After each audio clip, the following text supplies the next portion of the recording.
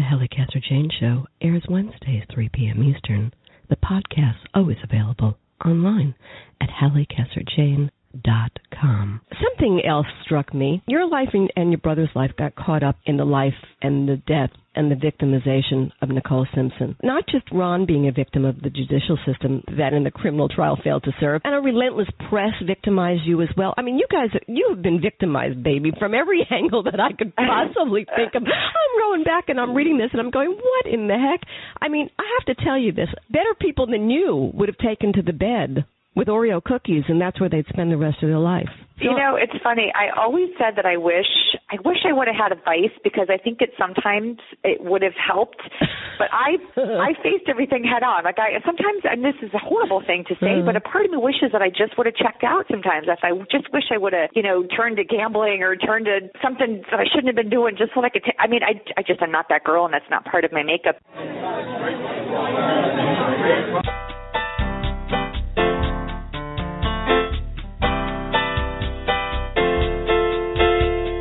Oreo cookies and taking to the bed? No, neither are a part of Kim Goldman's makeup. Say what you will about Kim Goldman and her father, Fred, and many have plenty to say, not always nice. They became unwitting victims when brother and son, Ron Goldman, along with oj-Simpson's wife, Nicole, were murdered in cold blood by Simpson, at least according to the verdict of the civil trial. Yes, Kim Goldman has chutzpah, and more, as you were about to learn today, when Kim joins me at my table on the Halli Casser-Jayne Show. Hi, and welcome. Thank you so much for being here. I am your host, Halli Casser-Jayne. But before we begin, today, the Halli Casser-Jayne Show is brought to you by Audible.com, a leading provider of spoken audio information and entertainment. Get a free audiobook and 30-day trial today by visiting my website at hallicasserjayne.com and clicking on the audible.com icon for your free book. Hey, what's more fun than a free book? And remember, the Halli Casser-Jayne Show is always available online at hallicasserjayne.com and a host of venues, including Stitcher.com, Spreaker.com, TuneIn Radio, the iHeartRadio network, and on our home network on Blog Talk Radio.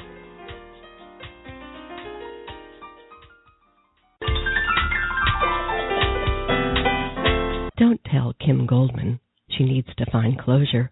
Don't ask her to forgive and forget.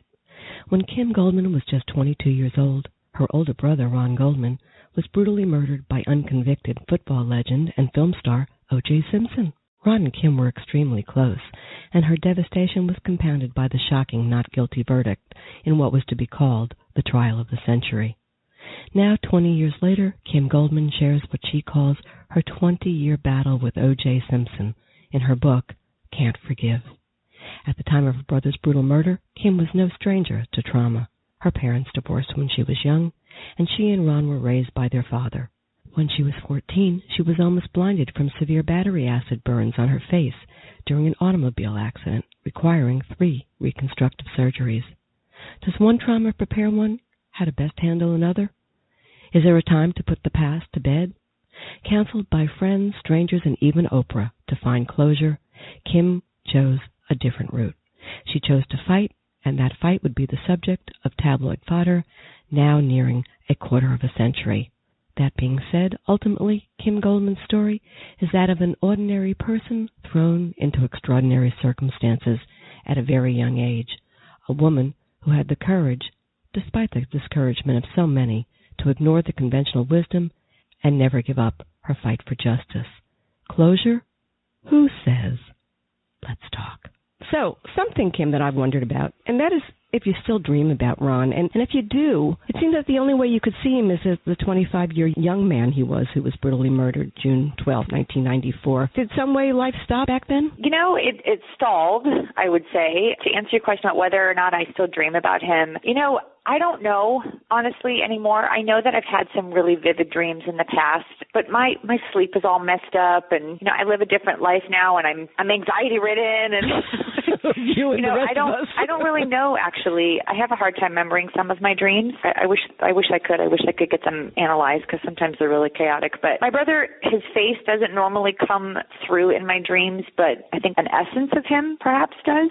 Right. Does that make sense? Yeah, sure. I used to dream a lot about how I wanted to stop him from going to Nicole's, and I would run in front of him as he was walking down the sidewalk to her house, and I think some of that, it was just a little bit of survivor's guilt or feeling like I could have done something to stop him, but maybe because I've worked through some of those kinds of dreams don't come as much anymore. But yeah, I would say things have stalled. Girl interrupted, they say. Yeah, girl interrupted. For 20 years, this case has remained tabloid fodder. It's unbelievable. Everyone has an opinion, you know that, whether he did it or he didn't, but I want to talk to you about you and Ron. I want to talk to you that the two of you, as you tell in your wonderful book, Can't Forgive, how close you were and the reasons for the fact that you were so exceptionally close. So you didn't just lose a brother. You lost a best friend. And early on, things were hectic in your life.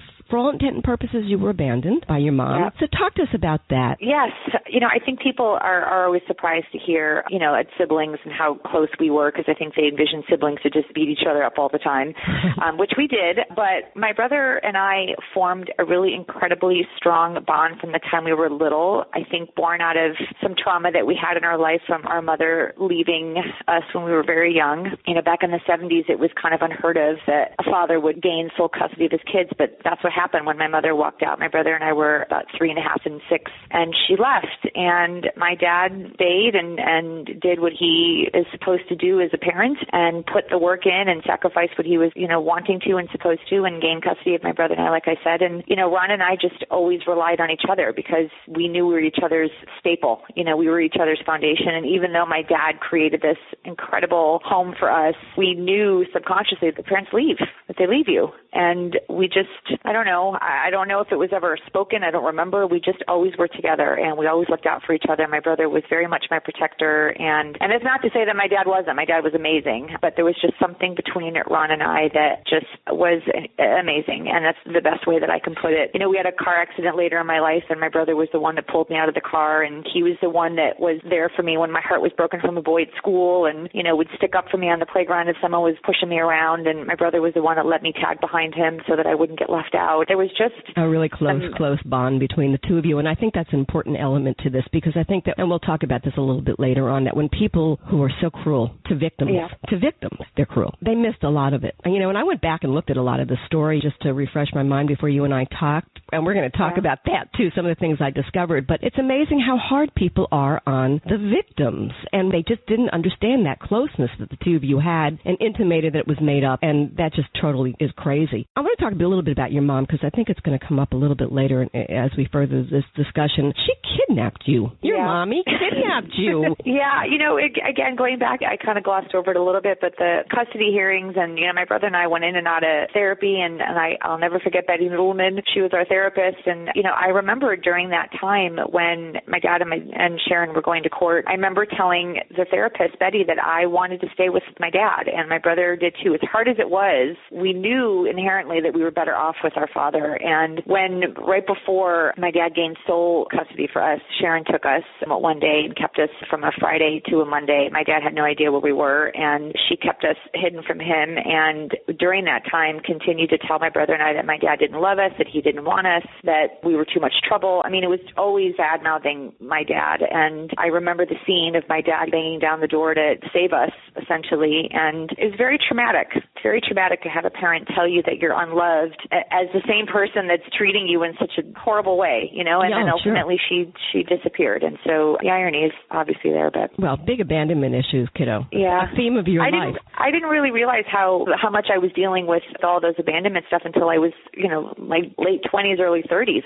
My dad had created such a home life for Ron and I that we always felt safe and protected and loved. I never really noticed any right. But you know what that any is. holes. Yeah. And then when my brother died and Sharon came back into the picture, and it just kind of brought up a lot of that, and it didn't really come to me until later in my life how abandoned I felt. Right, and abandonment, it's odd. For anybody who's experienced it, it's not like everything else. It's a very different thing. And when a mother abandons, I also think that is far more bizarre because there's no model for it in our culture. And I will argue with any therapist that tries to tell me I can be cured of it. There's really no way to fully ever heal, from that, because no matter how rational you are as an adult, there is still, and I write about it in the book too, that there's still a little girl in me that was like, how come she didn't pick me? Because, again, you don't expect that a parent would leave you. Right. They're just not supposed to do that. Exactly. It goes against the natural order of things. Absolutely. So, I get that. Yeah, totally. I want to go back to that car accident for a second because there's an aspect of it that I find just amazing. There was a terrible car accident. You suffered battery burns. You're so stunning. You always have been. From when you were that little girl in the trial, that young girl, that young woman. How old were you at the time of the trial? You were 22. And adorable. Yeah. I mean, who would know that you had suffered these just massive burns? Yeah. Talk about that briefly, but let me take it to this point, which is at the end of that conversation we get to this, Kim, and this touched me a lot when I was reading the book, and that is the face that you feel you have. I know you had surgery, but you're stunning. That it's not the face that Ron knew. So just to get back up a little bit, when I was 13, turning 14, my brother and my dad and my stepmom and I were in a horrible car accident in Florida. A drunk driver hit a tree, car flipped, battery from his car came through our car, blew up in my face, and I suffered first, second, and third degree battery acid burns on my neck, eyes, and face. As a result of that, I had, a handful of plastic surgeries. I have a gigantic scar on my face. Other people say they don't notice it, but to me it's very visible. But, it changed me, and it wasn't the face I was born with. It's not the face that I feel like look like my brother. Every time someone would say, oh, you look just like your brother, because I feel like I'm deformed. Wow. I mean, I have a big scar on my face, even though I get that other people don't see it. I do, because I know what I look like before. And, it's hard because when I had growing up people, oh, you and your brother look so much alike, and you always knew you were siblings. And then something shifted, and my face looked different. And now that my brother's gone, I don't have anybody to say you look just like your brother. There's like these weird little... Yeah, no, there's psychological traumas, and they all interweave in your life, and it's really stunning. And I think that's why I enjoyed this book so much, because you put it together in a way that we could understand stuff. I got to tell you, Kim, being on the outside looking into the trauma of what happened with his killing, nobody can ever be in your shoes. Nobody. And we forget that because we all live on our own cocoons. But you have to start to look at other people's lives from their perspective and from their diary, not from ours. And I think that's a very powerful thing that you said in that book. It certainly touched me. Well, I think just to say on that point for 1 second, part of the thing that I think was so difficult when my brother died is that my brother and I were just starting to kind of come into our own. And I think that was, important for me to show in the book that, we had suffered some traumas in our life, not any more different than anybody else's, but we had our own traumas, and we were just kind of coming out of the clearing of that. And then my brother lost his life, and what happened to our family. And I just, when you ask me for my life change, it's stalled. Like we just couldn't get it going. We started feeling good about, Sharon leaving, and then we get into an accident, and we start feeling good about that, and then my brother dies. It's just like we never had a good stride. Right. I feel cheated in a way from that. But and understandably so. I think another aspect of it is the way that he went, the brutality of it, and I don't think anybody can take that in, and I'm sure you couldn't and probably still can't. But as much as the brutality was just hard to probably take in, he's here 1 minute and he's gone the next. And you had so much of your life, the power was taken away from you. Yeah. And here it is again. Yeah, and the difference being here is that in the other situations that had happened and the other traumas that my brother and I experienced, we had each other to lean on. And when my brother died, I didn't have him. I didn't have him to protect me and keep me safe and to tell me it was going to be okay. And I had my dad, but I lost a big part of my dad. And so the relationship that my brother and I had and then I lost really was exacerbated at that point because I didn't have him anymore to fix it.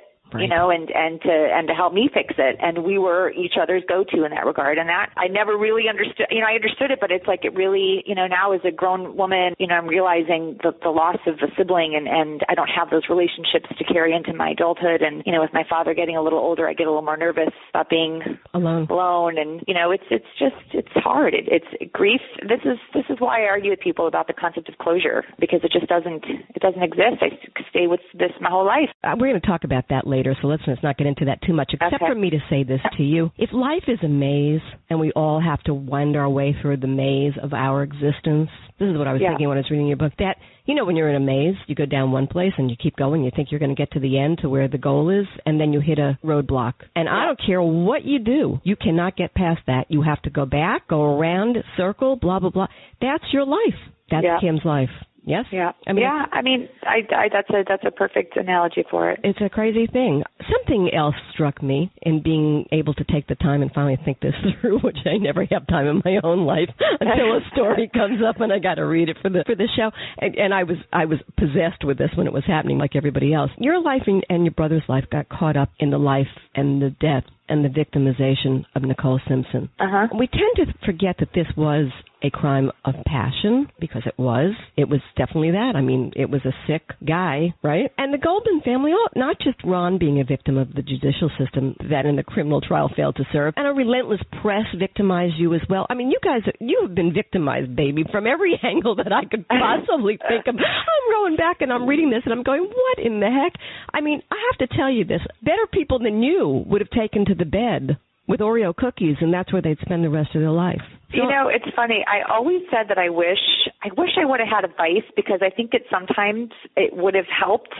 But I faced everything head on. Like sometimes, and this is a horrible thing to say, but a part of me wishes that I just would have checked out sometimes. If I just wish I would have, turned to gambling or turned to something that I shouldn't have been doing, just so I could. I'm not that girl, and that's not part of my makeup. But I really just no antidepressants, no anxiety pills. Like I sat in it and I dealt with it and I faced it, and it's still hard. It's still hard to be in it, to be the recipient of it, to bear witness to it happening to other families. I still get people that email me and try to convince me that the killer isn't the killer and why I should be looking at a different person as the guilty person. I mean, I still get it. People still have very negative comments to say. In the same breath, I still get amazing support and love from people. But we were like the dumping ground for a lot of hate and judgment and criticism. And I think I even stated in the book, I think some of that just stemmed from being ill-informed. And people still don't understand what happened in the case. And they still think that my brother and Nicole were having an affair and that's why he died. And I still get people that tell me my brother deserved to be killed because he was sleeping with somebody else's wife. People still don't get it. And there's really not a lot I can do except just take it on the chin. So where does the strength come from?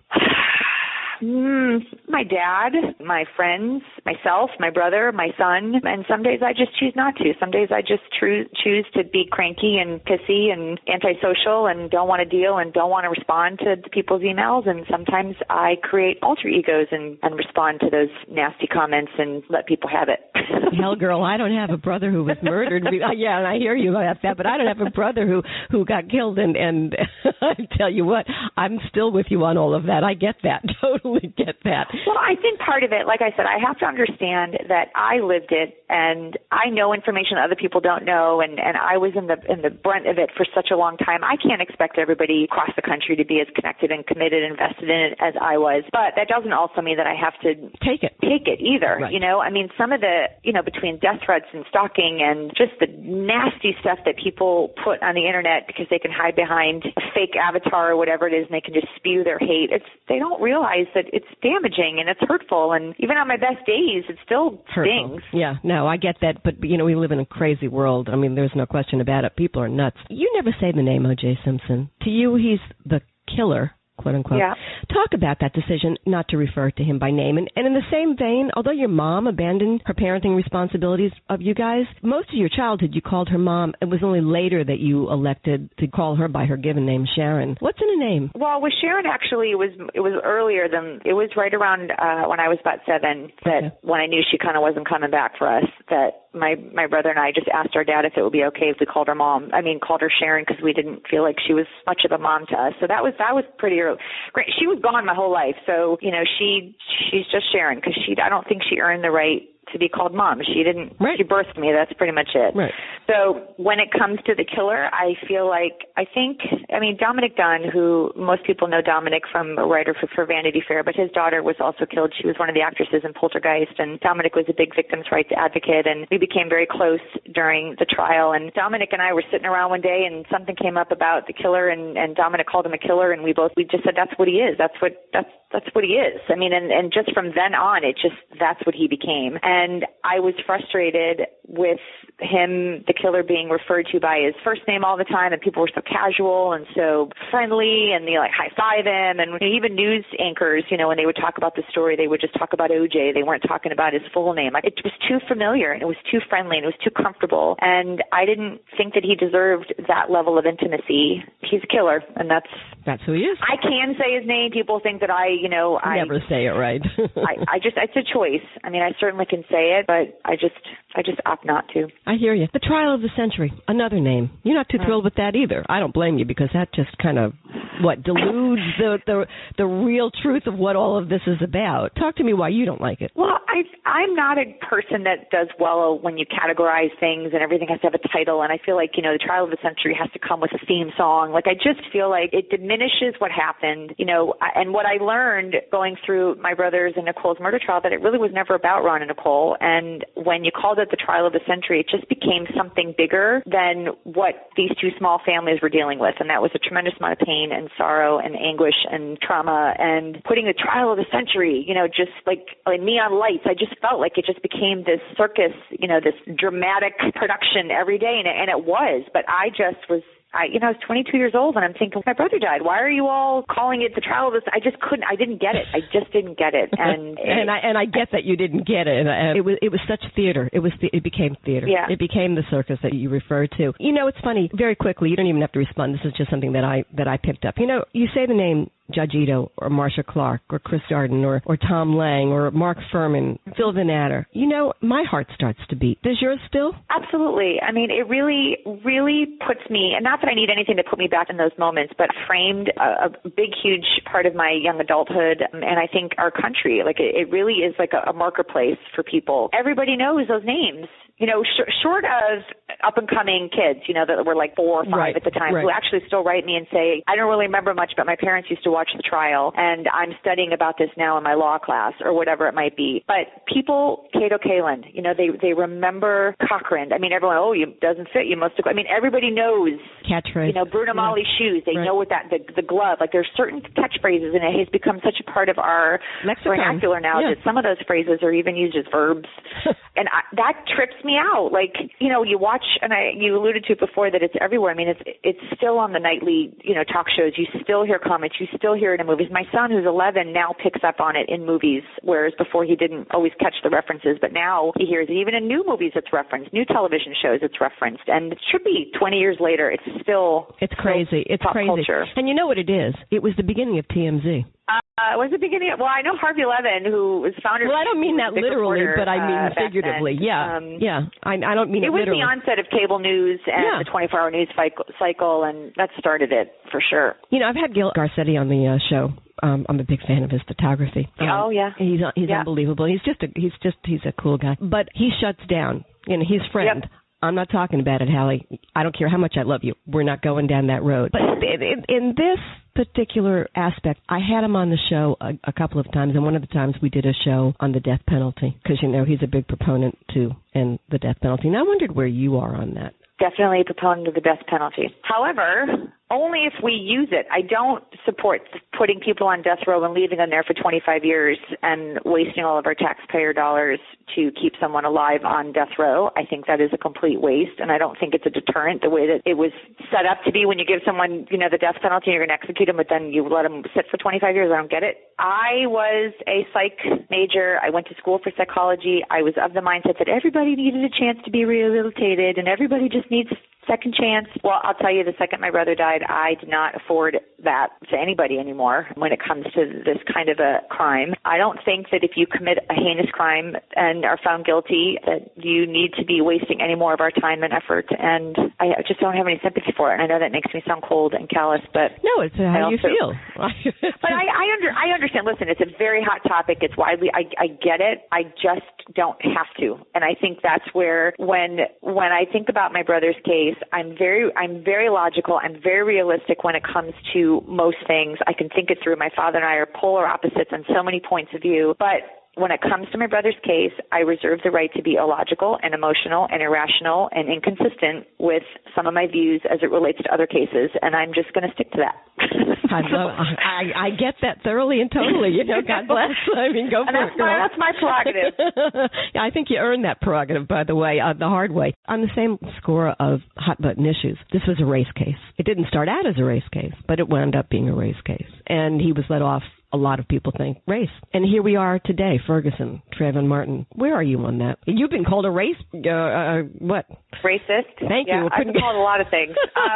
I never understood, here again, going back to putting myself in terms of my age, my dad raised my brother and I did not see things in terms of black and white or color, which I wrote in my book that I think was really naive, but it was not in a bad way. I mean, I just did not see things that way. And so everybody in my eyes was the same. So when race started to become an issue with my brother's case, I was so confused because what does that have to do with anything? Like I didn't get it. Again, like why? Right. What does that have to do with anything? What is that not a motive? I mean, black guy killing two white people. The black guy lived a life as a white guy. Like I couldn't.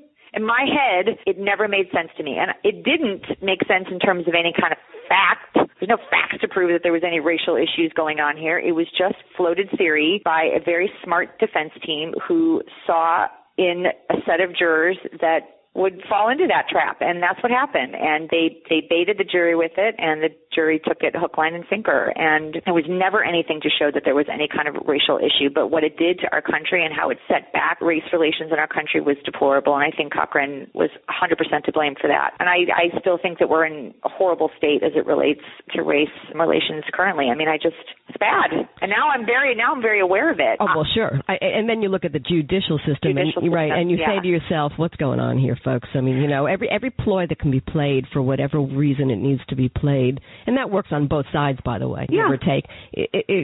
I don't think you're a big fan of the judicial system. It's very sad to me when these other cases come out, Trayvon Martin or Eric Garner or Michael Brown, and if I have an opinion that might be on the side of the law or the police, people call me a racist, and then I'm just mad because a black guy got off for killing my brother, and I'm thinking I never even thought those two thoughts together. I'm just again looking at facts, looking at evidence, and trying to be logical and rational. And sometimes that doesn't jive with what public outcry is. Right. Sometimes it doesn't. I get you. I want to go back for 1 second because when I was doing the research on this thing, I stumbled upon this headline. Victim thrived on life in fast lane, his friends recall. June 15th, 1994, 3 days after the murder. Matthew Musk and Carla Hall, bylines.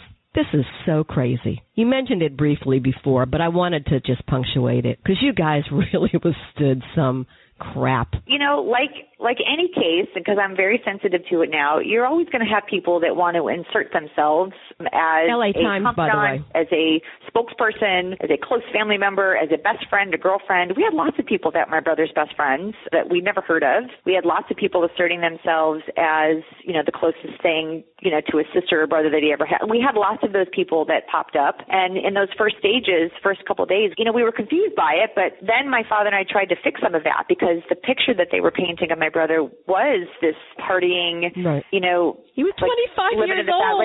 My brother wasn't a drinker. My brother wasn't a partier. Did he go to clubs and dance? Heck yeah. But my brother was into bodybuilding and health. Like I went to his house, he had no food in his house. I mean, he was all organic crap. Nothing that my dad and I would eat. But my brother, he was into, working out and being healthy and always on his bike and like being out in the sun. My brother never did drugs. Maybe he drank beer, so what? I'm just telling you, just the whole thing is so crazy to me. But I think it's important to note it, to the game that goes on in this whole world, this whole crazy thing. Listen, to talk about people that showed up out of nowhere, my birth mom popped up and talked about this secret relationship that she had been having with my brother for 20 years and how close they were. And she and Ron were the only ones that knew they were having this whole separate mother-son thing. I'm thinking, what? Where did this come from? I mean, right. No, I hear you. I mean, it's also crazy. I mean, it's a wonder. I'm telling you. Give me that Oreo cookie. Your dad's mustache was even part of a part of this. I mean, come on, Kim.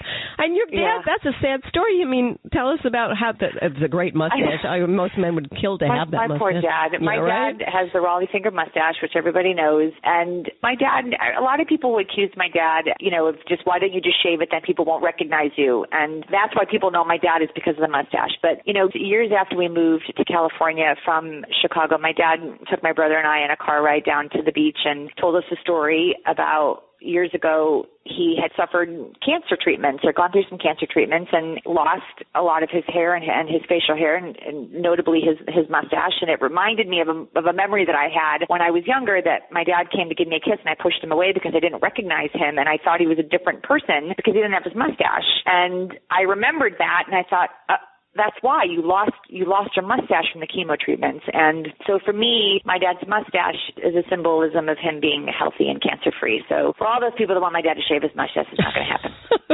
It just strikes me so odd. You go back and read this stuff, you go, this is not real. This is just not real. You are listening to the Halli Casser-Jayne Show, always available online at hallicasserjayne.com. My guest today, Kim Goldman, author of Can't Forgive. So talk to me about this. So you write this new book, your autobiography, Can't Forgive. So writing a book, as your family did years ago, by the way, there was another book that you wrote. Could you just fade into the sunset? Is that possible, or you had to write it? There was something that gave you power back by putting it on paper and writing? I would say both. I mean, honestly, we did. My family and I wrote a book. His name is Ron, years ago, right after the civil case ended. And then the If I Did It book came out a couple of years later, and I wrote a little bit for that. But this was my story, and this was an opportunity for me to kind of stand up on my own 2 feet and to step outside of always being Ron's little sister and Fred's daughter and now my son's mom. And I lost a huge part of my independence, and my own journey, like I said earlier, was kind of stalled. And this was an opportunity for me to kind of reclaim my voice and find me in all of this and own it. And I'm really proud of who I have emerged from all of my traumas as, and I get to be a great role model for my kid and for myself and for the job that I do and for other advocates. And it was the right time.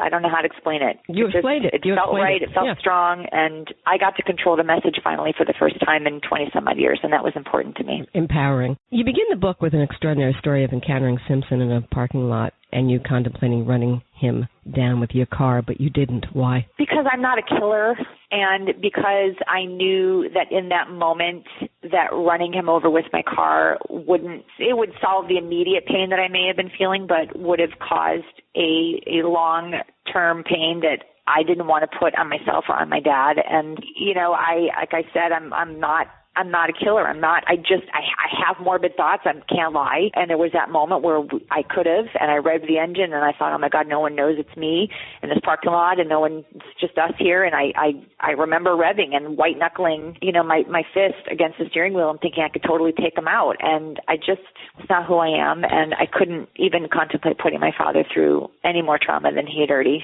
been dealing with. But, it begs the question that if you entertain the thought, even just for a second, does it open up to you the fine line that stands between a person who commits murder and one who gains control over their angry impulse? I mean, if you think of it that way, you weren't going to do it. Wow. I mean, definitely. They're definitely, but I think that fine line shows up everywhere in our life. The fine line between, do I need to have one more beer before I get in my car? The fine line between, is this the right person for me to be making a commitment to versus being a toxic relationship? I mean, I think we always have to question where we are when it comes to making big decisions. And yes, in that particular moment, was there a fine line between me having rage and emotion and morbidity in my brain, between that and acting on it? Yeah, but again, I don't have the propensity to commit crime, to to harm anybody. I joked about it in the book, but the only insect I'll squish is an ant. Other than that, I shoo flies out of my house. I scoot spiders to the ledge so that they can go run free. I just am not that girl. And so it may be a fine line, but I didn't waver for too long. I mean, it was like a fleeting moment. And then like everything else in my life, I think of the big picture. I know what I need to do. I know I'm responsible. I know I'm a smart cookie, and I don't linger too long. Well, it's interesting to me just because I've been around, I've interviewed killers along the way. They're bizarre. I mean, they are bizarre, and we're going to talk about that kind of thing in a second. But you know what? It's hard to understand where they go. And for a second, you made me stop and think to myself, there is that line. Anybody can cross it. But here's the difference between the killer in this situation, and I can't speak for all of them, though. This was premeditated. He didn't just go there and get pissed and then, find the nearest weapon and kill her in a moment of rage. It was intentional. So there wasn't a fine line for him. It was like that is part of his makeup. He was a violent human being long before he walked onto the steps of Bundy that night. Yeah, that's fair. So, I can't speak for the woman that in the heat of the moment when a husband, she walks in on her husband cheating on when someone snaps, absolutely. That's a totally different scenario than a premeditated killing. He didn't just shoot Nicole. He stabbed her to death. He stabbed my brother. It was ongoing. It was like, it was a crime of passion, like you said, and that's not, that's not in the heat of the moment. Right. Clear. But I think that it's good to go down that road. It just opens up. I'm in this conversation, I'm all about wanting people to see it from the other side for once. Mm-hmm. I don't think that's been properly done. In all the interviews I've ever heard of you talk, I think people fail to get your perspective in a true and honest way. And I think that's a mistake.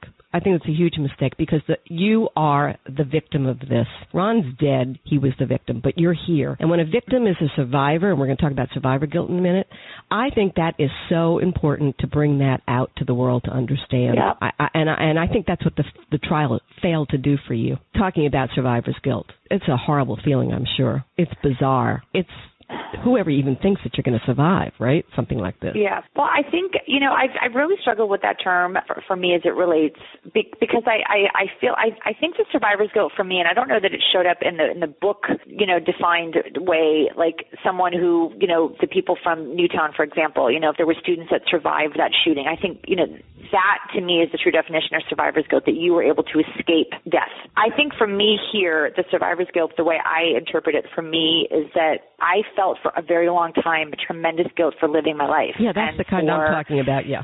Finding joy and for, I honestly remember driving in my car and singing out loud and thinking, oh my God, I shouldn't be enjoying this music because my brother and I were both singing at the top of our lungs, always in the car, rocking out. And after my brother died, I shut down.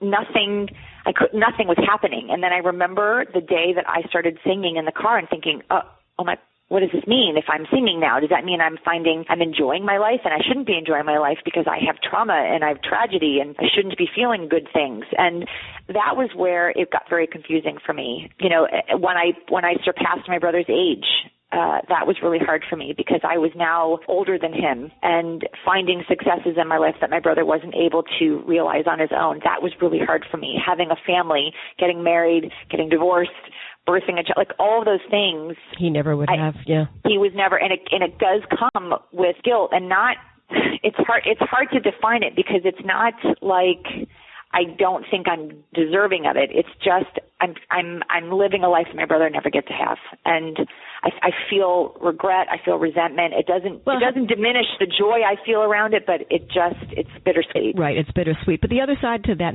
could be I live it for myself and I live it for him. And every success for me is a success for him. Yeah, because the truth is I could have given up. I mean, the times that I had contemplated suicide. Right. I mean, I just was like, I can't live this life. I was exhausted, mentally and physically, and I dropped a ton of weight and I wasn't sleeping, and I left my job, I left my boyfriend, I left my house, You're traumatized. I was in front of the camera, and I was 22, and I was exhausted, and I just didn't want to deal anymore. And I definitely had moments where I thought I could just drive right into this wall here, and that would be easy, or driving over the cliff, and that'd be I had those moments, and I'm obviously very grateful and thankful that I didn't. I know better, but. And so you live it for yourself, and you can also live it for him in a way. I'm watching that clock, and I have so much to get to. So you went back to court. No, what? Sorry, I'm loving every time. No. Are you kidding? I'm loving. Not only am I loving this, I feel like I'm talking to an old friend. You're really you're charming. You went back to court in the civil trial, and you won the judgment against Simpson for wrongful death. You guys ever get any money out of that, or did he bury it all? We received less than 1%. That judgment is now well over $40 million with interest, and we've recovered less than 1% of it. So yes, he was able to hide all of his assets, and he is highly protected from certain laws down in Florida, right, which is a very debtor-friendly state. His pensions are all protected, and now that he's in jail, he's not really earning much. Right. But, and then let me take it out a little. And then there was his book, which you also cleverly went after, and whatever proceeds would be yours. But let me ask you this. Justin and Sydney, his kids, who are grown now, but nevertheless, they're victims too. How do you feel about that when you grab a little bit of that to stop Simpson?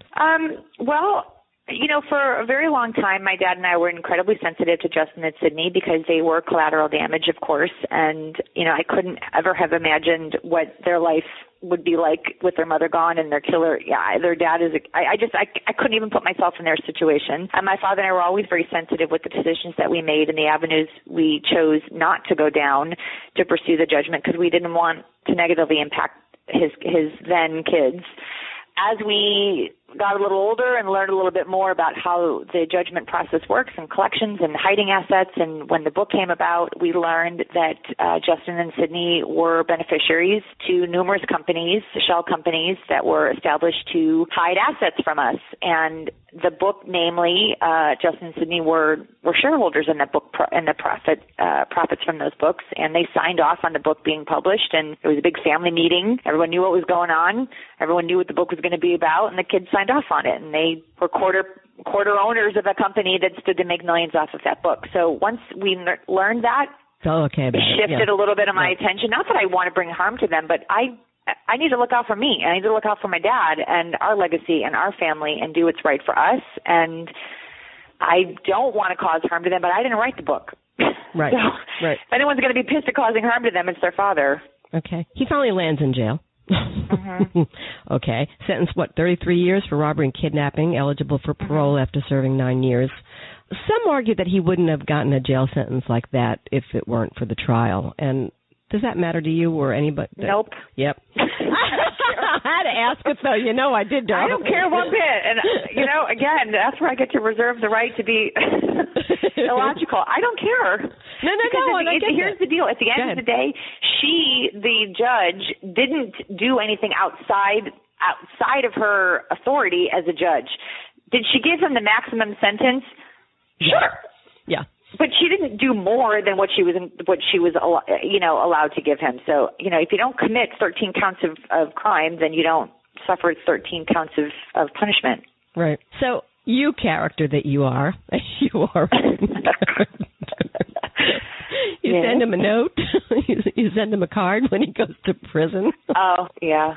It's funny. I wrote about it. I didn't think that was I did. When the killer went, one of the things that always was hard for my dad and I is we never got to speak our piece. For the criminal case, we never got to have a victim's impact statement. The civil case, we both walked out the same doors as he did. It felt undone.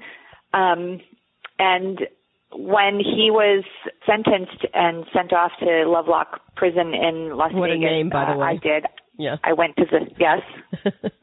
I said the name Lovelock Prison. Oh, Lovelock. Yeah. Oh, sorry. So funny. I did. I purchased a card that was congratulations on your new home, and I signed it, welcome to your new digs, love the Goldman family.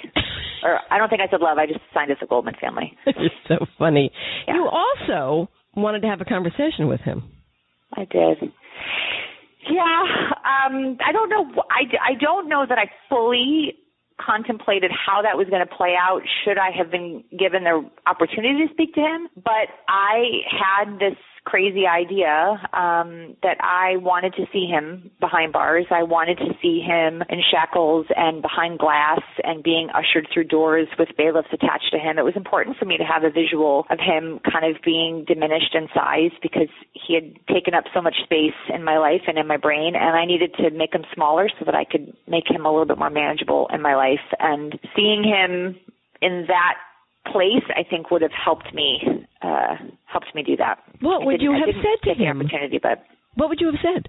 It wasn't about talking, honestly. I don't know that I had that worked out because it wasn't about that for me, because nothing I was going to say would ever penetrate him. I mean, he's a narcissist and he hates me, and there's nothing, what am I going to get mad that he killed? I mean, there's really nothing I could say that I hadn't said in a headline or in a newscast somewhere over the last, 18 years, whatever it was. It was for me. It wasn't for him. It was me being able to be the one to walk away and leave him behind, because I had always watched the back of his head every time he left a room, and he got to walk away a free person. I wanted to be the one to get to walk away a free person, and that was really powerful for me. He left my brother for dead. My brother was found with his eyes open, which means that he watched his killer walk away, and I've never been able to shake that image from my brain, and I wanted to be the one to walk away.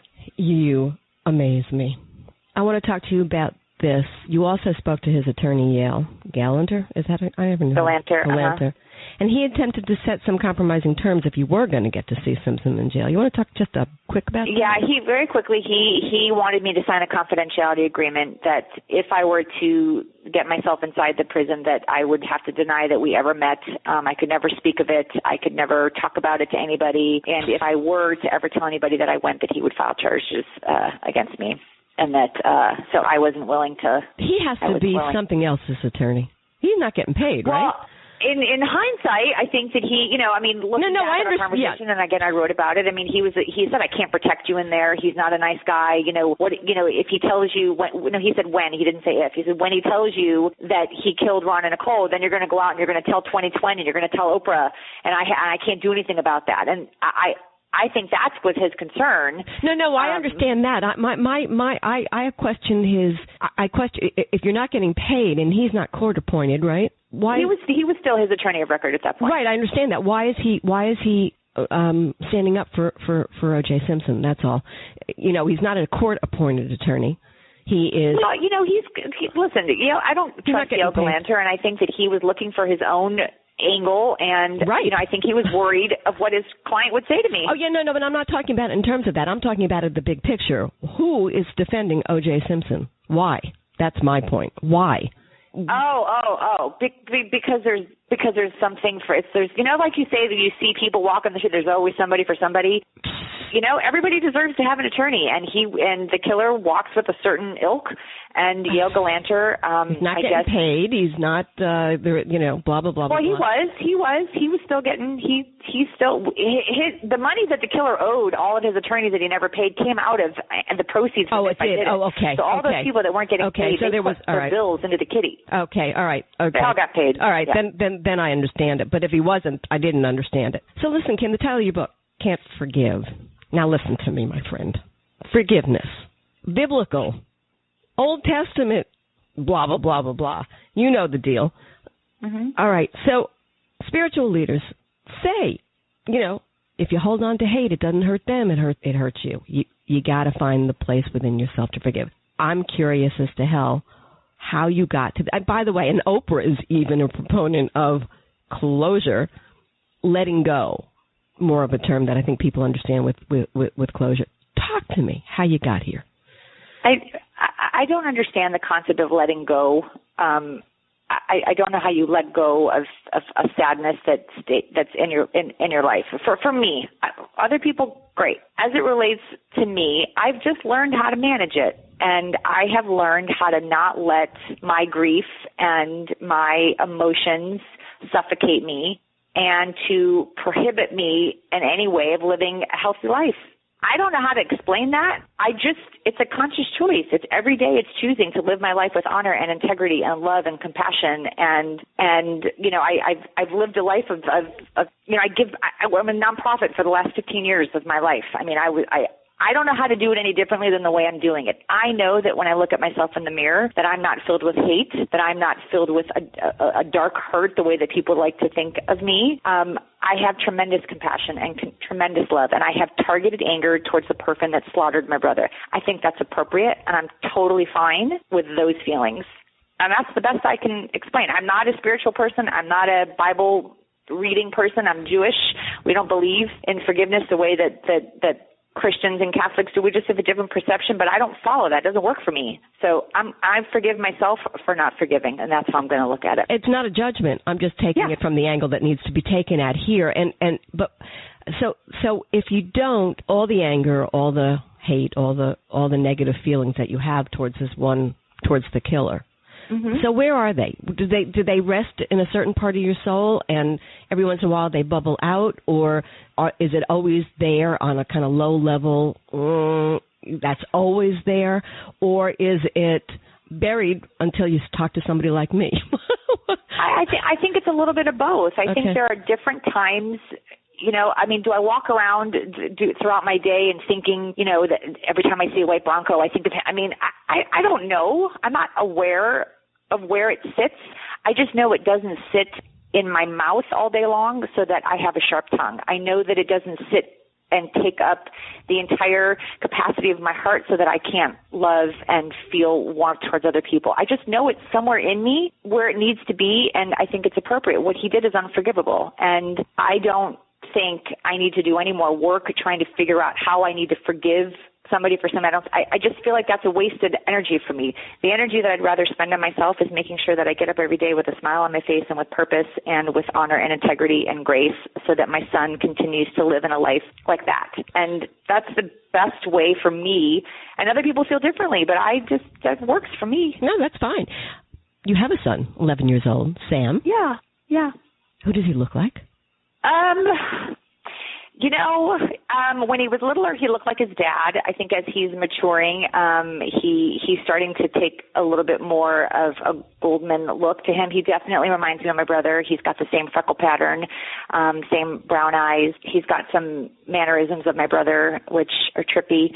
But he's got my chin. But I don't think if you put us side by side, you'd think that we belong together. I don't know that you'd think that. No?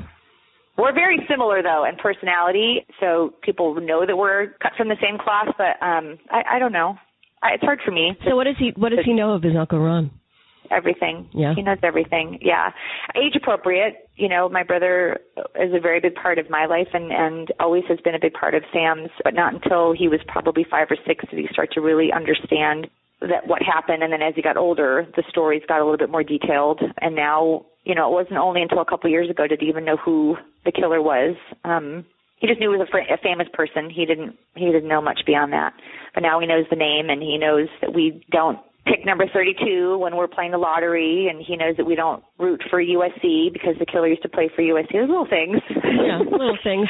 So little things he's picked up on over the years. So I'm going to take this out one step with you on this, and that is, would you want to teach him forgiveness? If he gets mad at you, do you want him to learn how to forgive? And I'm just taking that because I think that forgiveness thing is fascinating to me. Well, I think forgiveness is appropriate when someone asks to be forgiven. And I think that's something that, people forget here, that I absolutely want my son, and he currently is far more spiritual than I am. I want my son to live his life with giving people opportunities to be good humans, and for my son to be a good human and to make good choices and to be surrounded by people that honor you and respect you and build you up and are in your corner and in your team. Those are basic life lessons that my son is fully embracing at this point. If somebody were to wrong him and harm him in a way, it depends on the situation. Of course, I want my son to be able to give people a second chance if they ask for it and deserving of it. I don't think that when someone commits double homicide that fits that same analogy. If someone were to lie to you or take your girlfriend or cheat on a test and blame you, I just don't think we can put murder in the same category as other things that people do that may deserve forgiveness. It's not the same category for me. 20 years. That's unbelievable. Where did the time go, right? Oh, my God. Yeah. You've been living this for 20 years. You've been fighting for Ron's legacy, and that's what this really is about. For as many years that you lived with Ron alive, as well as dead. I mean, it's right. So I mean that's for me I think about it in those terms a lot, that I've most of my life has been living this, and I again that kind of goes back to why I thought the book was important, because I am more than just the sister of a murder victim. And I think that when people have been traumatized and victimized, that you immediately handicap them by calling them a victim, because that renders you in a place of helplessness, and I think it can paralyze some people, but there is such growth and such beauty in overcoming and standing up strong and forward thinking. And, we do continue to live a life. It's just different. It's a new normal, and we look through life in a different colored lens than we had before. Did seconds before. Right. There's the before and the after. Would Ron want you to be out there just still fighting? Is that, do you think, did he have the same fight that you had? I hope this doesn't sound insensitive. I don't have the faintest idea what my brother would say, because we would never have had a conversation about what the other one should do if one of us gets murdered. So my brother and I were always big believers in advocating for right and wrong, and for sticking up for the little guy, and for staying true to our heart. And so if I am living my life that way, and I do that with the integrity that I think I'm doing it with, and I think my brother would be proud. Simpson's up for parole next year, right? Oh, is it already? I think 2017. Well, is it 2017? I don't even remember. It's scary to get him out there again, right? Yeah, you know what? It feels safe for me to have him behind bars, because he doesn't. He can't hurt. He doesn't. What? He can't hurt you or anybody. Well, it's not even the hurt. It's that he does things. I mean, even while he's in jail, he still gets his face plastered on the National Enquirer. But being behind bars, he limits his opportunity to get into my TV screen. So I like having him there, because it controls what I have to deal with out here. But who knows? But the system has not always been kind to me. It's always very surprising. So we'll see. Right. So if you had one more minute with Ron, just one more moment, what would you say to him, Kim? After all, he never did get to say goodbye. I would probably tell him I was sorry for getting mad at him about not paying me back the money that he owed me, because I was really mad about that. But I think I would probably just thank him for being the second part of me, and for teaching me so much about living life to the fullest, and with a smile on my face, and with purpose, and for not always having to be perfect, and for finding strength in your faults. And I just think the lessons that he taught me before he was killed, and I don't know, they kind of manifested themselves a little bit more after he died. I've been speaking with Kim Goldman, author of Can't Forgive. For more information on Kim and her work with the National Center for Victims' Rights, visit Kim at her website at kimgoldman.com. Hi, this is Halli Casser-Jayne. Did you enjoy the show? I hope so. And I hope that you'll tell your friends about it and help us grow our family. How can you help? That's easy. Share the link to the show with your friends or my show's player. And I would love it even more if you'd recommend they visit my website at hallicasserjayne.com. I look forward to seeing all of you there. Thanks so much for tuning in to the Halli Casser-Jayne Show, a production of Resec LLC. Associate producer, Suzanne Probst. Music by Tony Rosales Jazz. Visit hallicasserjayne.com.